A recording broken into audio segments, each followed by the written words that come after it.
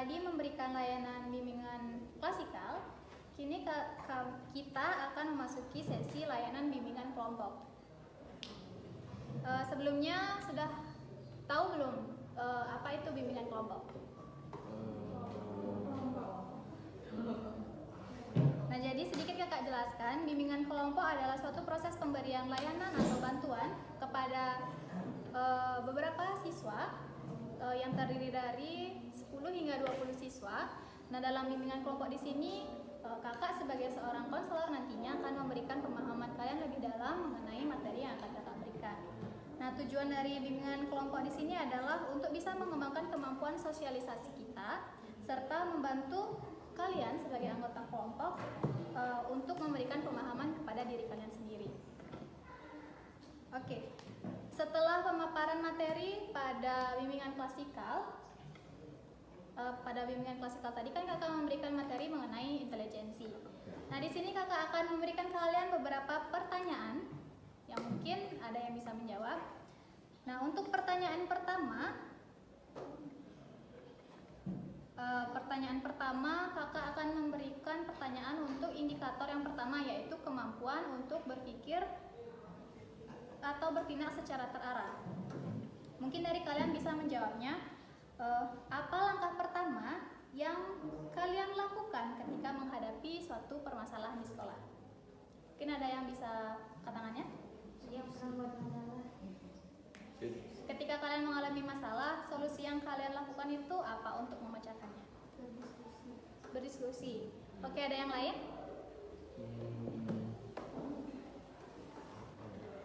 Melapor pada guru. Oke, melapor pada guru. Mungkin adiknya itu? Langsung. Kurang tahu ya. Oke. Nah, di sini kita bisa menyelesaikan permasalahan itu dengan banyak cara ya. Contohnya yang pertama seperti adiknya jelaskan tadi, yaitu berdiskusi. Oke, yang pertama ada berdiskusi. Kenapa berdiskusi menjadikan salah satu solusi utama ketika kita mendapatkan suatu permasalahan? Karena ketika kita memiliki permasalahan dengan teman misalnya, karena berbeda pendapat atau berbeda pikiran. Nah, di sana kita bisa membicarakannya dari mana ataupun apa yang menjadi kejanggalan dalam inti dari permasalahan ini. Kita bisa bicarakan dengan baik-baik dan berusaha bersama-sama untuk mendapatkan jalan keluarnya.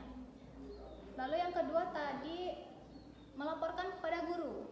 Nah, kalau konteksnya sudah melaporkan kepada guru berarti permasalahannya sudah cukup parah. Nah, itu merupakan suatu tindakan yang cukup benar apabila kita mungkin menghadapi suatu permasalahan dan kita tidak bisa mengendali atau menyelesaikan permasalahan tersebut. Kita sebagai seorang siswa memiliki hak untuk melaporkan hal yang memang tidak membuat kita nyaman. Oke, yang kedua, pertanyaan dari indikator kemampuan untuk berpikir secara rasional.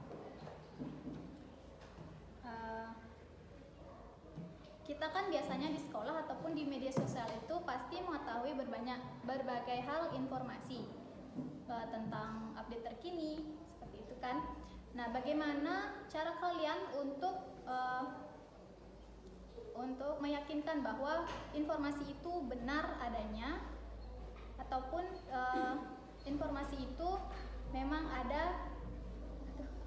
nyata adanya, tidak termasuk informasi hoax?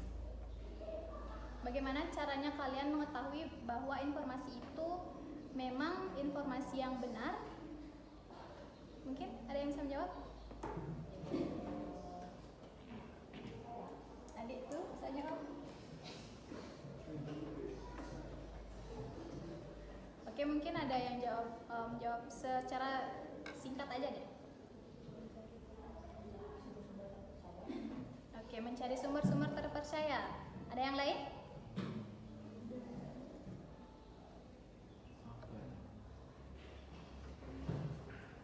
Oke, mungkin tidak banyak yang mengetahui ya. Nah, untuk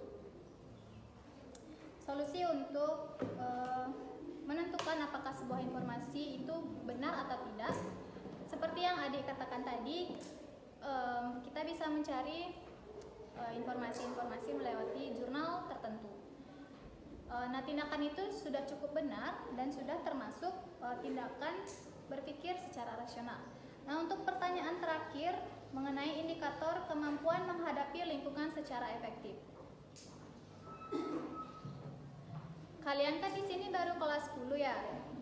Nah, awal kalian masuk di sini, gimana cara kalian berinteraksi satu sama lain dengan teman yang sebelumnya belum pernah ketemu atau di awal ketemu? Gimana cara kalian untuk berinteraksi supaya menjadi akrab dengan teman itu?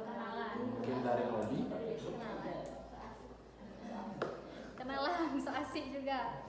Oke, itu merupakan salah satu cara yang benar juga ya, yang sering kita lakukan juga, yaitu yang pertama kita bisa berkenalan, mengenali satu sama lain, sehingga kita bisa menciptakan lingkungan yang nyaman antara kita dan juga teman-teman kita yang berada dalam satu kelas ini, yang awalnya kita memang belum tahu siapa itu, dari mana itu. Oke, mungkin dari beberapa pertanyaan yang kakak berikan, ada yang ingin ditanyakan? Ya. Baik, di sini kakak melihat beberapa siswa yang tidak aktif dalam bertanya atau dalam menjawab.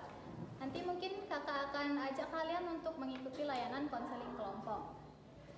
Nah, untuk itu layanan bimbingan kelompok dapat kakak akhiri. Sebelumnya terima kasih atas perhatiannya dan juga jawaban dari teman-teman semua yang sangat aktif dalam menjawab pertanyaan yang sudah kakak berikan.